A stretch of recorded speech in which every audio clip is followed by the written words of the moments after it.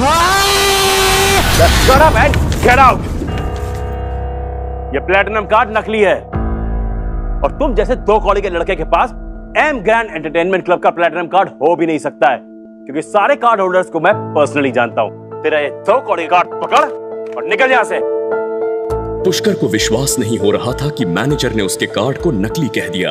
दरअसल आज पुष्कर की एक्स गर्लफ्रेंड उर्वी का बर्थडे था। उसकी दोस्त मंगल के पास सिल्वर कार्ड होने की वजह से मैनेजर उन सबको लाइन में खड़ा होने के लिए कह रहा था, इसलिए पुष्कर ने क्लब का सबसे महंगा प्लैटिनम कार्ड दिया। पर मैनेजर ने पुष्कर का हुलिया और कपड़े देखकर वो कार्ड वापस कर दिया, जिसके बाद उर्वी और उसके दोस्त पुष्कर का मजाक उड़ाने लगे। पुष्कर, गरीब तो तुम थे, चीटिंग और फ्रॉड भी शुरू कर दिया। कहां से लाई ये फेक प्लैटिनम कार्ड? मुझे तो विश्वास ही नहीं होता कि मेरी मम्मी तुम पे इतना भरोसा करती क्यों है। मेरे मना करने के बावजूद भी उन्होंने तुम्हें मेरे साथ इस पार्टी में भेज दिया। तो आप समझे उर्वी, इस भिखारी को तो अपने बर्थडे की ग्रैंड पार्टी में क्यों ले आई?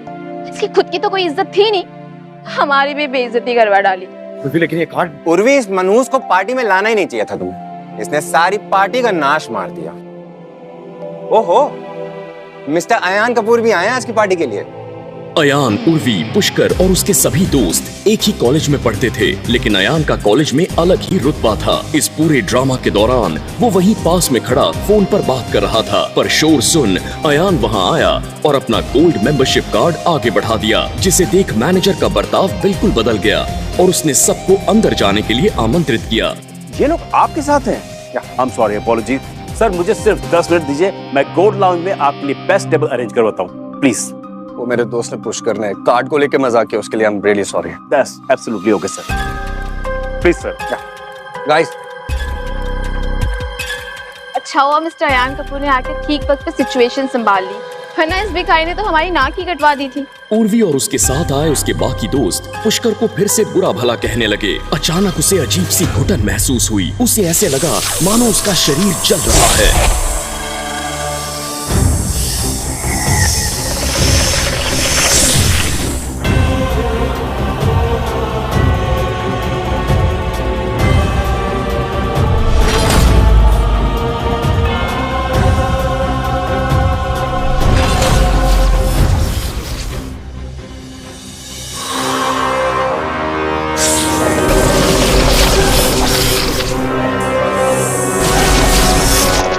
जैसे ही पुष्कर ने अपनी शर्ट उतारी, उसकी नाभि और छाती से काले और नीले रंग के 2 नाग निकले, जो उसके दोनों कंधों पर जाकर बैठ गए।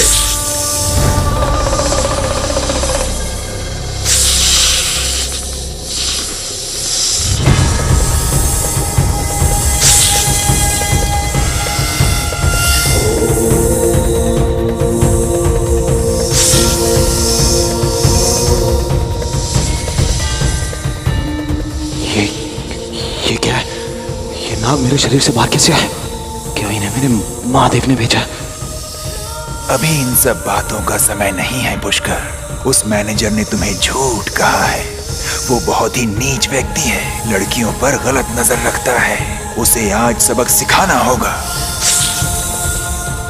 पुष्कर चेंजिंग रूम के बाहर जाने से डर रहा था कि अगर किसी ने उसके कंधे पर 2 नागों को देख लिया तो अनर्थ हो जाएगा। तभी उर्वी का दोस्त मंगल वहां आया और उसने ऐसा नॉर्मल बिहेव किया मानो पुष्कर के कंधे पर उसने कुछ देखा ही नहीं।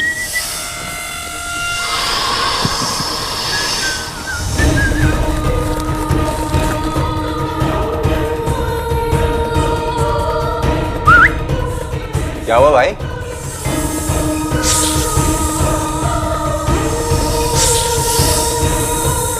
पुष्कर को समझ आ गया था कि उसके अलावा कोई और उन नागों को नहीं देख सकता।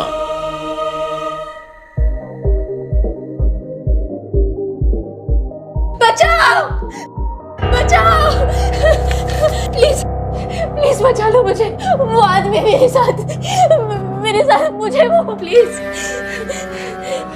आज तो तुझे मेरी बात माननी ही पड़ेगी, वरना तेरी नौकरी तो गई। वहीं रुक जाओ मैनेजर, वरना तुम्हारे लिए अच्छा नहीं होगा। सड़क छाप लड़के, तो फिर से मेरे सामने आ गया। तो जैसे छोटे लड़के को तो मुझे क्लब में घुसने ही नहीं देना चाहिए था। मेरे सामने बस एक कीड़ा है तू, और अगर तूने इस लड़की को मेरे हवाले नहीं किया तो इस कीड़े को मैं आज यही मसल के रख दूंगा। आज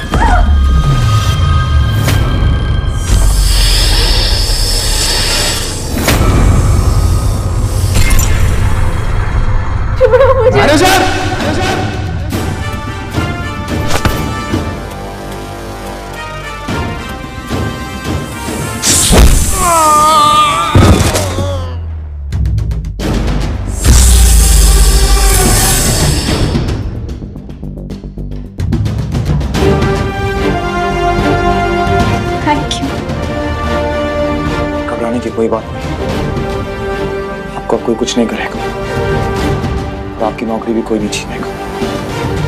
प्लीज टेक केयर। थैंक्स।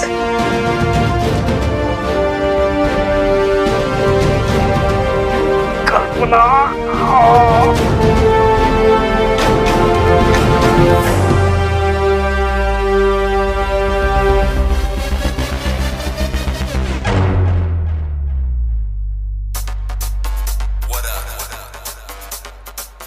जी, उसका नाम कल्पना है।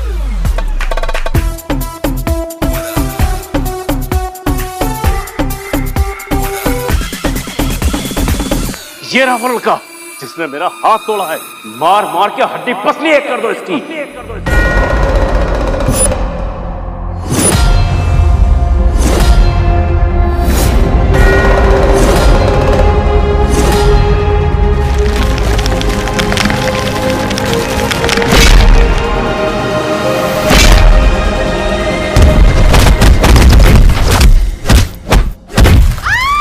रचिता ने बाहर आकर देखा तो वहाँ 7 या 8 वेटर जमीन पर अपने पैर पकड़कर लेटे हुए थे और दर्द से चिल्ला रहे थे। करीब 10 बॉडीगार्ड वहीं बेहोशी की हालत में अधमरे पड़े थे। पुष्कर की आंखें लाल हो गई थीं। पुष्कर जानता था कि ये वो नहीं बल्कि उसके साथ मौजूद नाग देवता की वजह से हुआ है। मेरे पास मत आना, दूर पुछते। पुष्कर!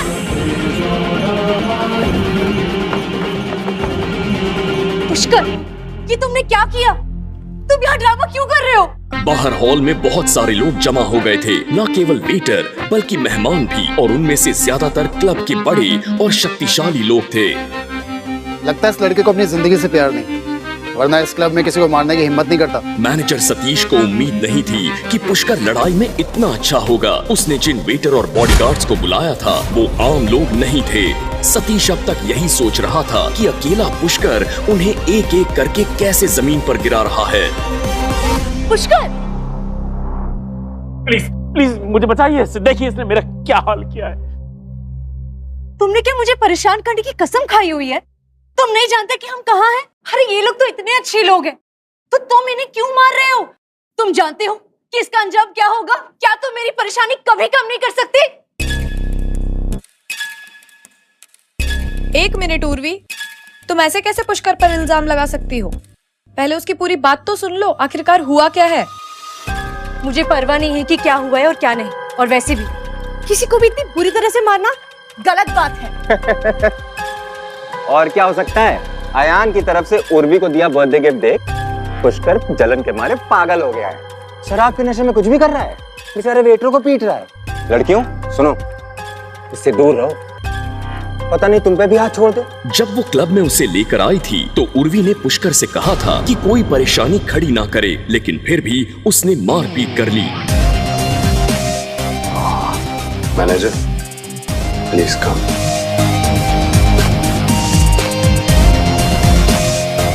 वो लड़का मेरा दोस्त है, प्लीज टेल मी क्या हुआ? ये लड़का पागल है क्या जिसने मेरा हाथ तोड़ दिया? अब देखना तुम लोग, तुम में से कोई भी यहाँ से आज बच के नहीं जा पाएगा। एक मिनट मैनेजर प्लीज। पुष्कर, क्या प्लैटिनम कार्ड के कारण तुमने मैनेजर पर हमला किया? अरे जब तुम फेक कार्ड लेके आए थे तभी तुमने अपनी पहली गलती कर दी थी। तुम क्या सोच रहे हो? तुम्हें थोड़ी भी अकल बाकी है क्या? क्या तुमने पहले ही सोच लिया था कि तुम मेरी पार्टी खराब करके रहोगे? पुष्कर ने बड़ी ही मासूमियत से उर्वी को देखा, जैसे वो शिकायत कर रहा था कि उर्वी को पूरी बात जाने बिना उस पर इतना बड़ा इल्जाम नहीं लगाना चाहिए था। ये प्लैटिनम कार्ड असली है और सिर्फ इस कार्ड की वजह से मैंने उसे नहीं मारा। उसे मारने की कोई और वजह थी, लेकिन मैं वो कारण नहीं बता सकता क्योंकि अगर मैंने वो बता दिया तो यहाँ किसी की बेइज्जती हो जाएगी, इसलिए मैं चुप हूं। Are you for real? तुम असली बात बताने की बजाय जेल जाना पसंद करोगे? झूठ बोल रहे हो तुम। तुम्हें बस अपना गुस्सा किसी पे उतारना था, इसलिए तुमने ये सब किया। सुन लड़के, मैं पहले ये नहीं कहना चाहता था, लेकिन तुझे नहीं पता कि तूने क्या किया है। सब लोग गौर से सुनो। ये बदतमीज लड़का हमारे क्लब में काम करने वाली लड़की को जबरदस्ती बाथरूम में खींच रहा था।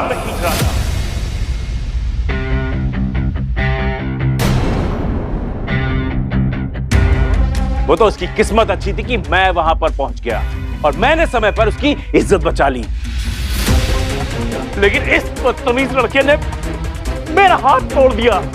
जब सबने ये सुना तो सभी लोग चौंक गए। उन्हें उम्मीद नहीं थी कि पुष्कर ऐसा आदमी होगा। यहाँ तक कि उर्वी और उसके सभी दोस्त भी शॉक थे। किसी को यकीन नहीं आ रहा था कि पुष्कर कब से इतना बददिमाग हो गया। तभी उर्वी की दोस्त शिखा ने चीखते हुए कहा, इम्पॉसिबल, पुष्कर ऐसा कर ही नहीं सकता। शिखा को विश्वास नहीं था कि पुष्कर ऐसा कर सकता था। जब से वो पुष्कर से मिली थी, उसे इतना तो समझ आ गया था कि वो कोई कैरेक्टरलेस लड़का नहीं था। हाँ, इट्स इम्पॉसिबल। पुष्कर ऐसी हरकत कर ही नहीं सकता। अरे 2 ड्रिंक पीने के बाद इसने एक हॉट सी लड़की को देखा और अपने होश खो बैठा, और इससे ऐसा करता हुआ मैंने खुद अपनी आंखों से देखा है। वो तो अच्छा है कि वो लड़की अभी भी इस क्लब में मौजूद है और मैं उसे ही बाहर बुलाता हूं। कल्पना,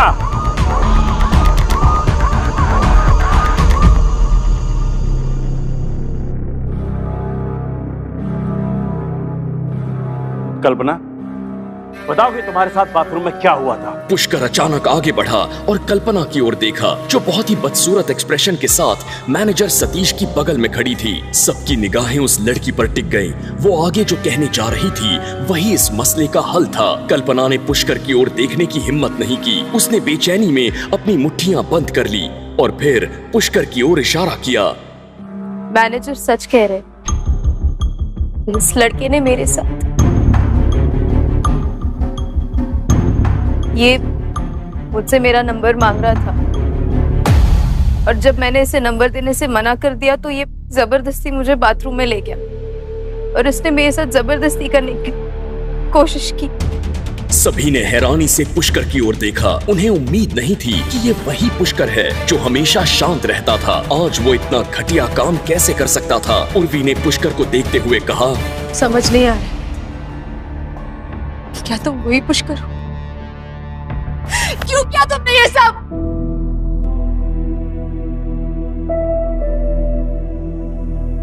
हे भगवान, ये सच में छोटी सोच वाला एक छोटा इंसान है जिसकी हरकतें भी इतनी गंदी है। मैंने कभी नहीं सोचा था कि पुष्कर ऐसा लड़का होगा। सिर्फ 2 ड्रिंक लेके तुम इतने नशे में हो गए? ऐसा काम करने में तुम्हें जरा भी डर नहीं लगा? ये कितना शॉकिंग है। ऊपर से तुमने मैनेजर का हाथ भी तोड़ा। बहुत खूब। हमारे कॉलेज के लिए ये कितनी अपमानजनक बात है। पुष्कर ने ये सब कुछ सुना। उसने कल्पना को दुखी होकर देखा, जिसकी हालत बहुत खराब थी। ये इंसान की प्रवृत्ति कभी नहीं सुधरेगी। इसकी कोई न कोई मजबूरी रही होगी।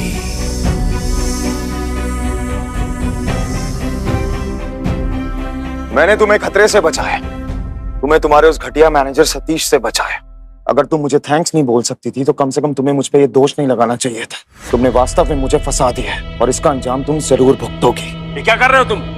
गंदे इंसान, इसे भी मारना चाहते हो? हाँ लड़के, कहीं जाना मत, हमने पुलिस बुला ली है। अब गिरफ्तार होने का इंतजार है बस। पुलिस? आया, एक मिनट। आया, अगर पुष्कर गिरफ्तार हो गया ना तो मेरी मम्मी मुझे मेरे घर के बाहर कभी नहीं निकलने देगी। इस घटिया इंसान को बचाने का मन तो नहीं कर रहा, लेकिन please please help us. It's okay, let me handle this. Satish, police को बुलाने की जरूरत नहीं। मेरा दोस्त बहुत ही ज्यादा परेशान था, शायद इसलिए उसने अधिक शराब पी ली तो ये गलती कर बैठा। मैं उस लड़की को हर जाने में 1 लाख रुपए देने के लिए तैयार हूं।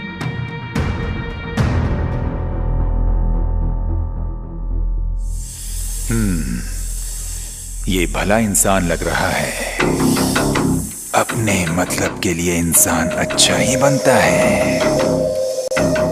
कल्पना का पूरा शरीर कांपने लगा। उसके लिए 1 लाख रुपए बहुत ज्यादा थे। उसे पता था कि उसने झूठ बोला है, इसलिए उसने और बहस जारी रखने की हिम्मत नहीं की। पैसे नहीं चाहिए मुझे, पैसे बहुत है मेरे पास। इस जानवर लड़के को मेरे पास आना होगा और यही घुटने टेक कर मुझसे माफी मांगनी होगी और खुद को 100 थप्पड़ मारने होंगे और ये कहना होगा कि वो गलत था। और तब जब ये मेरे सामने घुटनों पे बैठा होगा, मैं इसके हाथ तोड़ूंगा जैसे इसने मेरा हाथ तोड़ा था।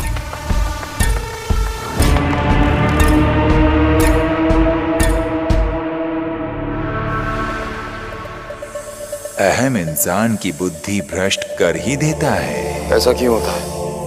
वो जानता है कि अगर वो अपना खूंखार और गंदा रूप नहीं दिखाएगा तो सभी यही सोचेंगे कि उसे धमकाना और पीटना बड़ा ही आसान है।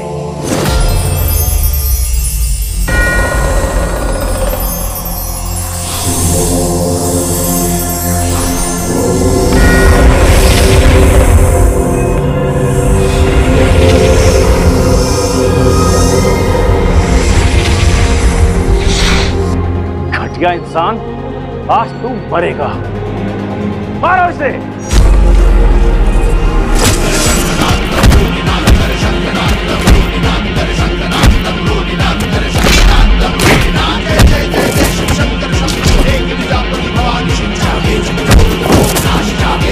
ये सब देख रहे कई बड़े लोग आगे बढ़े, लेकिन पुष्कर ने उन सभी को बहुत मारा।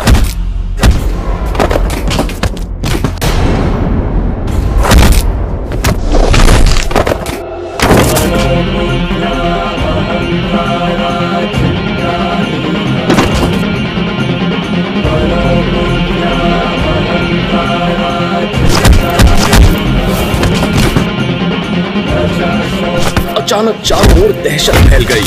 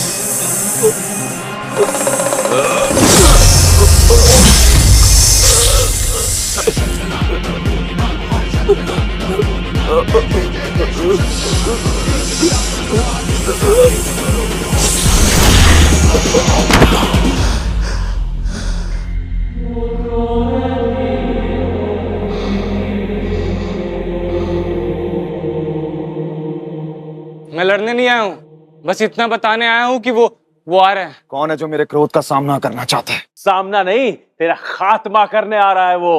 कौन? माजिद भाई।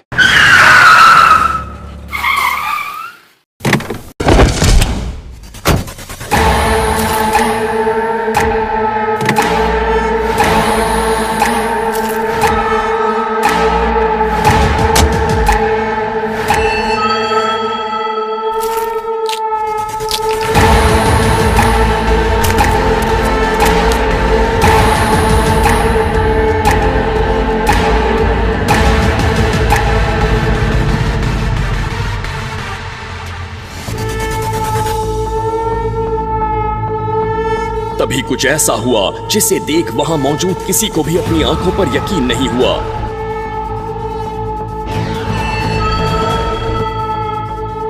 होटल का मालिक डॉन माजिद वहां आया। पुष्कर सर, आप हमारे क्लब में? नमस्कार।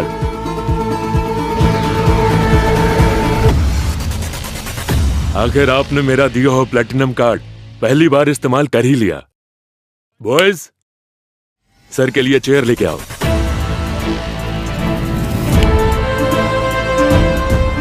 माजिद भाई, अरे माजिद भाई, it was a mistake, just a misunderstanding.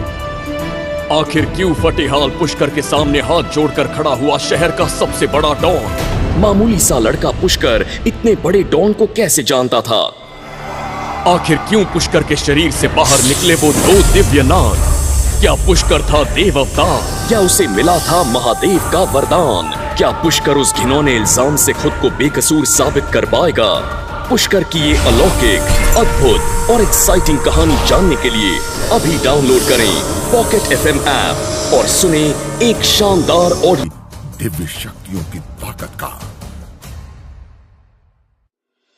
Mister Majid, manager Satish पर चिल्लाए, तुमने मेरे लिए बहुत बड़ी मुसीबत खड़ी कर दी है। काउंटर पर ड्यूटी पर मौजूद हरीश और पुष्कर पर हमला करने वाले पुरुष वेटरों के हाव भाव अचानक बदल गए थे। वे जानते थे कि इस मामले की जांच जरूर होगी और उनके लिए सबसे हल्की सजा यह होगी कि उन्हें अपनी नौकरी से हाथ धोना पड़ेगा। मुझे माफ करें, यह मेरी गलती थी। आपको जितना भी पैसा चाहिए मैं आपको दूंगा। सतीश ने दया की भीख मांगी। मिस्टर माजिद ने तुरंत कहा, इन दो लोगों को मेरे सामने हटा दो, मैं उन्हें कभी नहीं देखना चाहता। अचानक पूरे हॉल में सन्नाटा छा गया। मिस्टर माजिद ने अपना मन बना लिया, सभी को हाथ हिलाया और चिल्लाया, ठीक है, अब सब ठीक हो गया है। सभी के सभी अपने काम में लग जाओ और यहां सफाई करो। लोगों के ग्रुप को तितर बितर होना पड़ा और अन्य वेटर तुरंत फिर से बिजी होने का नाटक करने लगे। माजिद ने पुष्कर के बगल में उर्वी और अन्य लोगों पर नजर डाली और पाया कि वे सभी स्टूडेंट्स का एक ग्रुप था। माजिद ने सिर हिलाया और कहा, मिस्टर पुष्कर, क्या आपके पास अकेले में बात करने का समय है? ठीक है। पुष्कर ने दीवार लगी घड़ी पर नजर डाली और सिर हिलाया। आगे बढ़ते हुए माजिद ने अपने आदमी से कहा, पुष्कर के सभी दोस्तों को कुछ पे नहीं करना है। प्रत्येक आदमी को 10 लकी ड्रॉ दे दो। उन सभी का स्पेशल ध्यान रखो। उस आदमी को तुरंत समझ आ गया। उसने जवाब दिया, जी मिस्टर माजिद। जब पुष्कर और माजिद ऑफिस में चले गए तो उर्वी और उसके दोस्त उन्हें ही जाते हुए एकटक देख रहे थे। उर्वी पुष्कर को जाते हुए देख रही थी। इस पल उसे ऐसा लग रहा था जैसे वो कुछ खो रही है। पुष्कर ने चाय पी और शांति से कहा, आप मुझसे सिर्फ माफी मांगने के लिए यहां नहीं मिले हैं। अगर आपने मुझे इस ऑफिस में बुलाया है तो जरूर कोई और बात भी है। माजिद ने चेहरे पर जटिल भाव के साथ अपने चाय का कप नीचे रखा और गहरी आवाज में कहा, मिस्टर पुष्कर, क्या आप कुछ दिनों में होने वाले स्नेक हेड फेस्टिवल के बारे में जानते हैं? स्नेक हर पूर्णमासी के दूसरे दिन अपना सिर उठाता है। पुष्कर ने अपनी आईब्रोज ऊपर उठाई। उसे नेचुरली इस पारंपरिक त्योहार के बारे में पता था। माजिद ने एक सरप्राइजिंग तरीके से कहा, यह सही है। यह वो दिन है जब इस शहर के सभी अंडरग्राउंड नेता एक साथ इकट्ठा होते हैं। मिस्टर पुष्कर, अगर आप इसमें शामिल हो जाते हैं तो यह हम सभी के लिए सबसे अच्छा होगा। माजिद ने यह बात बड़े उत्साह से कही। यह ऑफर स्वीकार कर लो, इससे तुम्हारी ताकत बढ़ेगी और तुम्हें जिनसे बदला लेना है उसमें तुम्हें मदद मिलेगी। अचानक ही काले सांप के ये शब्द पुष्कर के कानों में गूंजे। हालांकि पुष्कर को अभी तक ये समझ नहीं आ रहा था कि वो किस बदले की बात कर रहा था, मगर तभी पुष्कर को एक लड़की की धुंधली सी तस्वीर सामने दिखाई दी, जिसे वो शायद जानता था पर पहचान नहीं पा रहा था। पुष्कर ने माजिद के ऑफर के लिए हाँ कर दी। अगर तुम्हें उन सबसे जीतना है तो अब तुम्हें अपनी शक्ति को बहुत जल्दी कई गुना बढ़ाना होगा। काले सांप की आवाज पुष्कर के कानों में गूंजी। उधर उर्वी ने काफी देर तक काउंटर में इंतजार किया, लेकिन उसने पुष्कर को वापस आते नहीं देखा, जिस वजह से वो थोड़ा परेशान थी। कहीं पुष्कर मिस्टर माजिद से मिला हुआ तो नहीं है ना? अचानक एक आदमी ने यह बात कही। हाँ, वह कुछ गैंगस्टरों से मिला भी था और मैंने देखा था कि कुछ गैंगस्टर्स उसे कॉलेज में मिलने भी आए थे। रचिता ने चिल्लाते हुए कहा, मैं बस तुम लोगों को समझाने की कोशिश कर रहा हूं कि पुष्कर की हैसियत वाला कोई व्यक्ति मिस्टर माजिद को कैसे जान सकता है। वे सभी उस प्लैटिनम कार्ड के लिए ऐसा करते हैं, चाहे वह बिल्ली हो या कुत्ता, उन्हें सब कुछ मिल सकता है, क्योंकि माजिद का आज का व्यवहार ऐसा ही था। लेकिन पुष्कर को वो कार्ड कैसे मिला? वहीं पर खड़े एक अमीर आदमी ने कहा। उधर क्लब के ऑफिस में पुष्कर और माजिद की बातें खत्म हो चुकी थी। माजिद ने अब पुष्कर को नहीं रोका। वो उसे बाहर तक छोड़ने आया और फिर उसके लिए कार का इंतजाम भी कर दिया। अगले दिन पुष्कर भी समय पर कॉलेज गया। शाम को क्लास से बाहर निकलने से पहले टीचर अंकिता ने पुष्कर को शर्माते चेहरे के साथ बुलाया। जी मैडम अंकिता, क्या बात है? पुष्कर ने अंकिता को देखा और कहा, मुझे तुमसे कुछ बहुत ही जरूरी काम है, आओ मेरे साथ। अंकिता ने कहा और फिर वो पुष्कर को अपने साथ ही अपने हॉस्टल की ओर लेकर चल पड़ी। जब अंकिता हॉस्टल के दरवाजे पर पहुंची तो उसने चोर की तरह इधर उधर देखा। जब उसे लगा कि कोई और टीचर वापस नहीं आया है तो उसने जल्दी से दरवाजा खोला। तुम अभी भी वहां क्यों खड़े हो? जल्दी से अंदर आओ, कोई तुम्हें देख ना ले। अंकिता ने झटके से पुष्कर को अंदर खींच लिया। अंकिता ने जैसी अपनी साड़ी को संभालने की कोशिश की तो वो पूरी ही खुल गई और अब अंकिता के शरीर पर सिर्फ वो ही कपड़े रह गए थे जिनमें उसके लिए अपने खूबसूरत शरीर को छुपाना मुश्किल था। उसे अचानक याद आया कि पुष्कर की आंखें उसके शरीर पर घूम रही हैं। वो शर्मा गई और अंकिता ने अपने दोनों हाथ अपनी आंखों पर रख लिए। इसलिए आपने मुझसे हॉस्टल में आने के लिए कहा था, पुष्कर ने कहा। इस समय पुष्कर भी खुद पर काबू नहीं कर पा रहा था, लेकिन तभी अचानक से पुष्कर रुक गया। ये ठीक नहीं है मैडम। लेकिन क्यों? मुझे कोई प्रॉब्लम नहीं है। हाँ, लेकिन आज इसे यहीं पर रोक देते हैं क्योंकि मैं भी इसके लिए तैयार नहीं हूं। पुष्कर, क्या तुम मुझे आज ऐसे ही छोड़कर चले जाओगे? पुष्कर थोड़ा मुस्कुराया, लेकिन तभी अंकिता के दरवाजे पर दस्तक हुई। आखिर कौन था दरवाजे पर? कहीं ये किसी नई मुसीबत की दस्तक तो नहीं? क्या अंकिता और पुष्कर एक साथ हॉस्टल में पकड़े जाएंगे? आखिर क्यों इनवाइट किया गया था पुष्कर को स्नैक हेड फेस्टिवल में? इन सभी